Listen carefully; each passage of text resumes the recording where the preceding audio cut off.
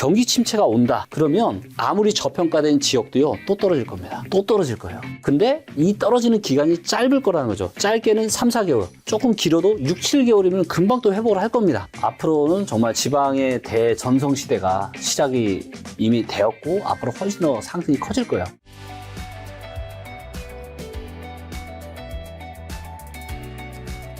지역과 시기 얘기를 해줘서 오늘 영상에서 이제 대표님께서 이제 서울이나 경기도보다는 지방이 좀 더 기회가 많고 네. 울산, 부산, 대구, 뭐 경남 이런 데 네. 기회가 많다고 해주셨는데 네. 제가 얼마 전에 이제 대구에 있는 친구가 올라와서 서울 집값을 보고 네. 그 친구는 이제 돈이 많은 좀 부자라고 말할 수 있는 정도의 돈이 있는데 대구 마포와 서울 마포의 집값을 보고 놀라더라고요. 왜냐하면 30평대가 뭐 이제 20억 중후반대로 네, 가버리니까. 놀라죠. 그러니까 그러면서 제가 데이터를 보니까 대구 지역의 집값의 상승보다 이제 서울 지역의 집값, 서울에서도 상급지의 상승의 집값 상승이 훨씬 더 크잖아요. 맞아요. 그러니까 예를 들면 지금 울산이나 부산과 대구가 경남이 뭐 사기 좋은 곳도 공감할 수도 있고 여기서 더 네. 오를 수 있다는 것도 공감할 수 있는데 네. 예를 들면 우리가 집을 사면 일반 사람들이 3년 샀다가 팔았다 이렇게 잘 하지 않잖아요. 맞아요. 보통 한 7년에서 제가 알기로 10년 산다고 알고 있거든요. 맞아요. 그러니까 서울 집값도 하락도 하고 이제 뭐 조정도 있고 다시 상승하겠지만 네. 그리고 7년 뒤에 봤을 때 네. 방금 말씀하신 그 지방에 있는 지역을 샀을 때와 네.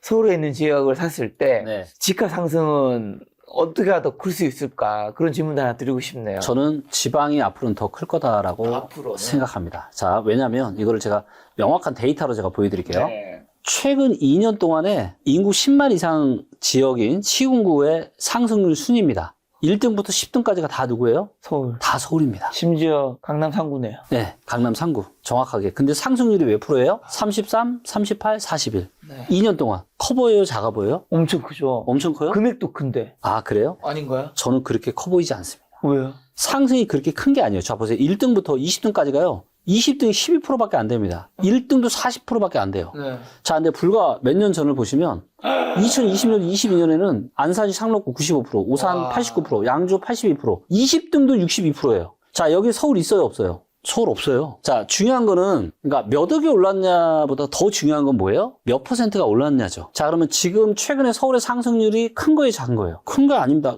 이게 1등부터 20등까지가 너무 상승이 작아요. 예, 자, 이랬고요. 자, 그러면 다른 시기를 보겠습니다. 2010년부터 12년, 3년 동안. 이때도 어때요? 다 지방이죠. 네. 13년부터 15년 다 지방입니다. 네. 16, 18년 서울이에요. 그러니까 뭐냐면 시기마다 다른 거군요. 그렇죠. 마치 뭐랑 똑같냐면 자, 여러분들 세상의 모든 거에서는 유통기한이라는 게 있어요. 자, 보세요. 불과 몇 년 전만 하더라도 2차 전지주 어땠어요? 난리 났잖아요. 그런데 지금 어떻게 됐습니까? 물론 최근은 반등이 좀 나왔지만 고점 돼서 완전 박살났죠. 네. 한때는 2차 전지가 떴고요. 그 다음에는 또 뭐가 떴어요? 뭐 조선주, 그쵸? 그 다음에 방산주, 원전주, 그리고 최근에는 또 반도체. 그러니까 주식도 테마가 있듯이 부동산도 뭐예요? 이런 테마가 있는 겁니다. 지역적인 테마가 다 있는 거예요. 자, 근데 최근에 상승이 너무 커 보이지만 그렇지 않다라는 거예요. 저는 데이터로 다 보니까. 그리고 진짜 중요한 건 뭐예요? 앞으로 돈 될 만한 부동산은 어디에서 나온다? 한번 지금 25년이니까 27년 한 이 시기쯤에 상승률 순위 보잖아요? 제가 1등부터 20등까지 최소한 절반은 다 지방일 거예요. 지방, 수도권 빼고.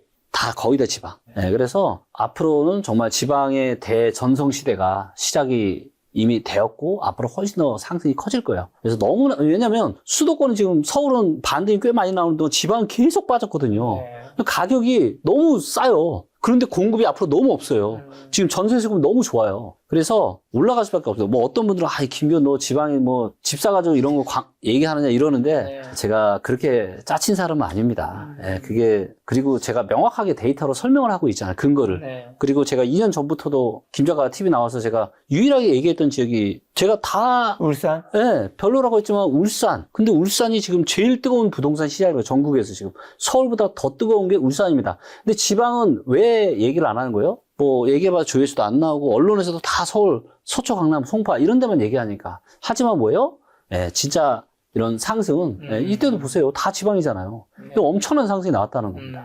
예, 이런 일들이 앞으로 또 발생할 가능성이 높다 이렇게 보시면 될 것 같아요. 그래서 이번에 대표님께서 이제 지방에 좋게 보시는 대구 경북, 네. 경남 울산, 네. 부산 경남에 가서 이제 직접 오프라인 강의하시는 거죠. 맞습니다. 네, 특집 무료 강의. 그렇죠. 주제는 향후 가장 떡상할 부동산 투자 유망 지역. 12월 5일에는 대구 경북이고요. 네. 12월 6일에는 경남 울산, 네. 12월 7일에는 부산 경남. 네. 교차 수강 신청은 안 된다고 합니다. 참고해 주시고 장소는 철도 인재 기술원 경남 양산시 부산 근처라고 하니까요. 선착순으로 마감되니까 여러분 제가 고정 댓글로 남겨놓을 테니까 무료 신청이니까 가셔서 직접 대표님에게 대구 경북과 경남 울산과 부산 경남에 투자할 때 그 직접 더 깊이 있는 노하우를 이제 들으시면 될 것 같고 어떤 얘기들이 좀 준비가 되어 있을까요? 왜 이 지역들이, 왜 이 네. 지방 지역들이 앞으로 대세 상승할 수밖에 없는지, 거기에 대한 수요와 공급, 이런 데이터를 가지고 제가 명확하게 설명을 드릴 거고요. 그리고 또 여러분들이 실제로, 저는 대표님 어디 사는데, 구체적으로 아파트나 지역이 궁금할 수 있잖아요. 그렇죠. 그래서 그런 질문들에 대해서도 제가 질의응답을 하는 시간을 제가 가질 거기 때문에 아마 오시면 정말 많은 도움이 되실 거예요. 사실 오프라인 특강에서 가장 좋은 게 그런 것 같아요. 이게 사실 우리가 유튜브라든가 방송국에서는 아주 뭐 대구 지역이 아니면 서울의 송파구의 어느 구의 어느 동네를 물어볼 수 없잖아요. 맞아요. 거기 사는 사람만 볼 수밖에 없는데, 그러니까 큰 주제밖에 물어볼 수 없는데, 맞습니다. 오프라인 강의는 제가 지금 어느 지역에 어느 구에 어느 동에 어느 아파트 그렇죠. 사고 싶어 하는데, 맞아요. 어떻게 보시냐면 데이터 딱 직접 보시면서 그렇죠. 이야기할 수 있는 게 가장 매력적인 거고, 특집 무료 강의 신청이라는 네. 거 참고해 주시면 될 것 맞습니다. 같습니다. 그리고 여러분들 저 오랫동안 보셔서 아시잖아요. 제가 아무 때나 살아, 아무 때나 좋아진다 이런 얘기 하는 사람이 아니잖아요. 네. 예, 제가 이렇게 자신 있게 얘기할 때는 다 근거가 있는 겁니다, 여러분들. 네. 예, 와서 들으시면 많은 도움 되실 겁니다. 자, 근데 이 물급필반 시세는 돌고 돈다의 말도 와닿고요. 네. 올해 뭐 서울 서초구부터 이렇게 난리 났던 것도 알겠고, 네. 뭐 20년에는 뭐 지방 네. 그랬던 것도 알겠습니다. 네. 그리고 다른 시기에 2010년에는 또 지방, 2013년에는 제주도가 또 핫할 때도 있었고요. 그렇죠. 이때가 중국인분들이 맞습니다. 제주도 많이 살 중국에. 때인가? 그렇죠.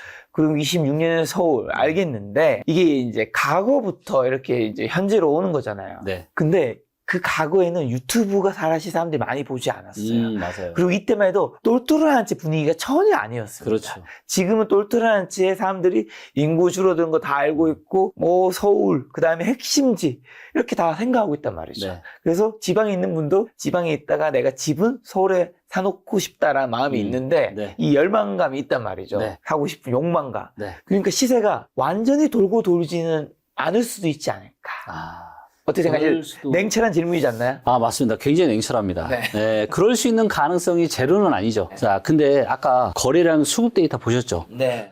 이것만큼 정확한 게 없습니다. 음. 이미 뭐예요? 지금 거래가 이렇게 쭉쭉 늘어난다는 얘기는 뭐예요? 사람들이 사고 네, 있어요. 돈들을 지금 사는 거예요. 선수들은 지금 아는 겁니다. 네. 선수들은 이제 드디어 한국 부동산 시장에서 돈 드는 데는 여기밖에 없다. 자, 그리고 진짜 중요한 게 뭐냐? 내가 서울에 아파트를 짓나, 경기도에 짓나, 어디 경남 시골에 짓나, 아파트 짓는 공사비는 똑같아요. 그러니까 자재값만 좀 다른 거지 공사비는 거의 비슷합니다. 자, 그 얘기는 무슨 얘기예요? 지방시장은 너무나도 오르지 못했기 때문에 그러니까 뭐 공사비는 많이 올랐는데 그러니까 새 아파트 공급을 더더욱 할 수가 없는 겁니다. 그래서 공급이 계속해서 부족해지는 이런 현상들이 내년부터 명확하게 3년 동안 지속이 되고 가격이 너무 싸요. 너무 싸다 보니까 이게 정상화되는, 그러니까 가격이 너무 저평가됐던 게 정상화되는 이런 과정이라고 좀 보시면 될 것 같아요. 그리고 아직까지는 투기가 아니지만 조금 더 지나면 저는 27년 하반기, 28년에는 지방 부동산 시장도 좀 투기적인 시장으로 저는 접어들 것 같아요. 왜? 지금은 선수들만 지금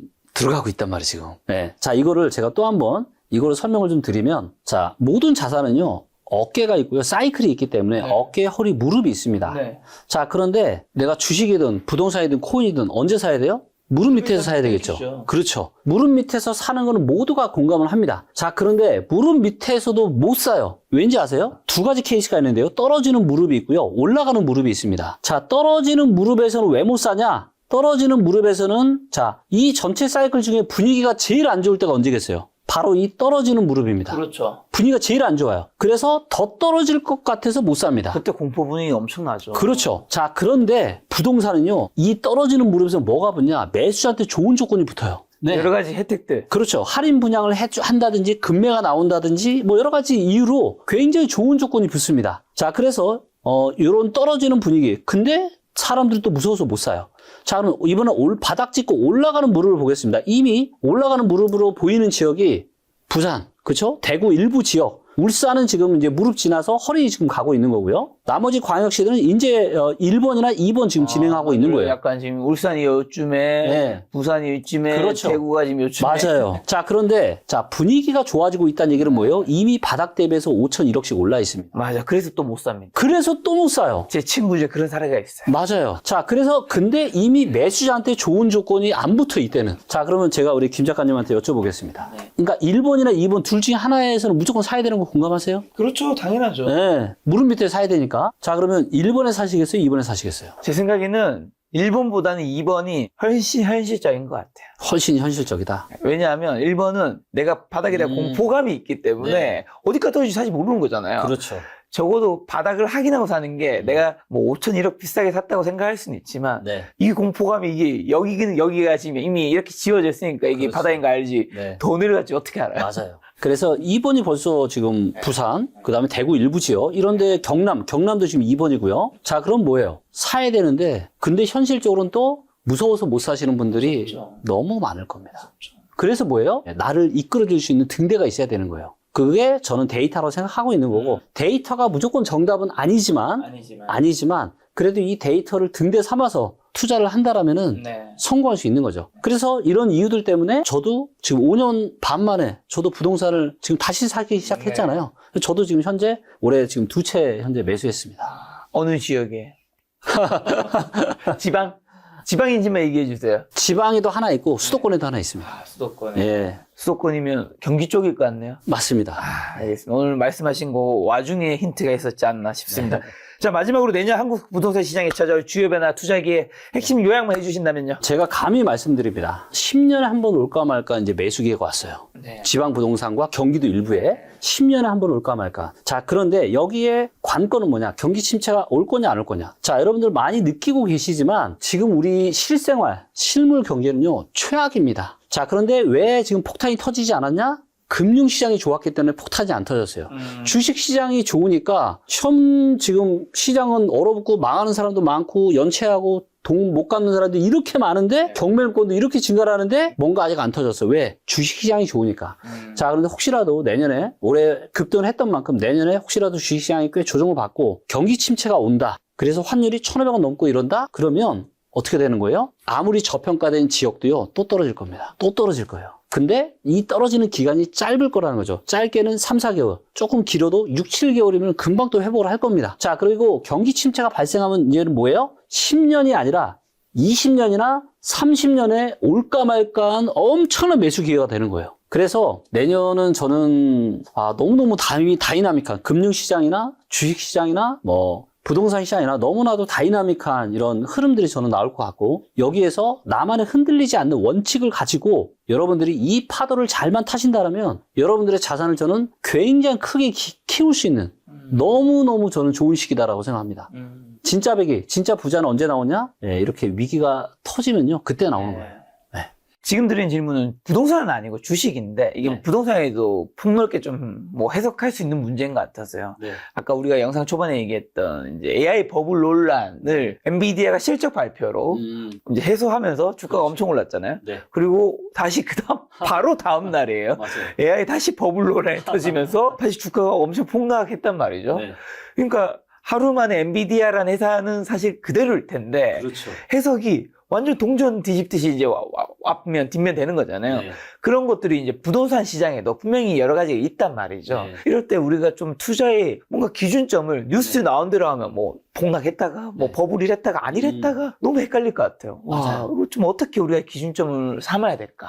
그래서 자, 이런 거예요. 자, 우리가 건강하게 살기 위해서 네. 해야 되는 것들이 있죠. 뭐죠? 건강한 식단, 네. 꾸준한 운동, 네. 충분한 수면, 네. 그 다음에 안 좋은 것들을 안 먹는 거. 자, 이 중에서 제일 중요한 게 뭘 것 같아요? 제일 중요한 거? 제일 중요한 거, 안 좋은 걸 안 하는 거예요.